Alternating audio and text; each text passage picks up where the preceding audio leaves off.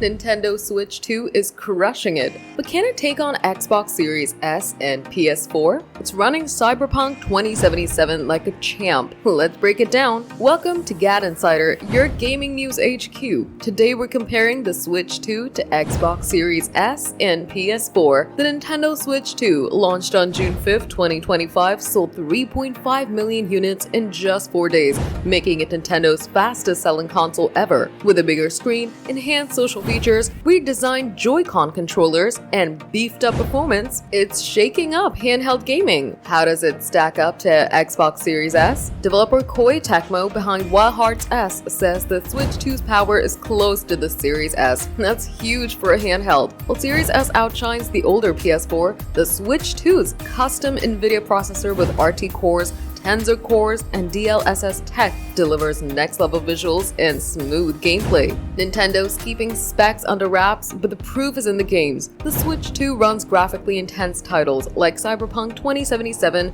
and Hogwarts Legacy smoothly at launch. Thanks to NVIDIA's ray tracing and DLSS upscaling, this handheld is punching way above its weight. The Switch 2 isn't just a handheld, it's a hybrid beast that rivals consoles like the Series S. X users are buzzing about its performance, with some calling it a mini next-gen console. It's bringing console-quality gaming on the go, leaving PS4 in the dust. With 3.5 million sold already, and Nintendo aiming for 15 million by March 2026, the Switch 2 is redefining gaming.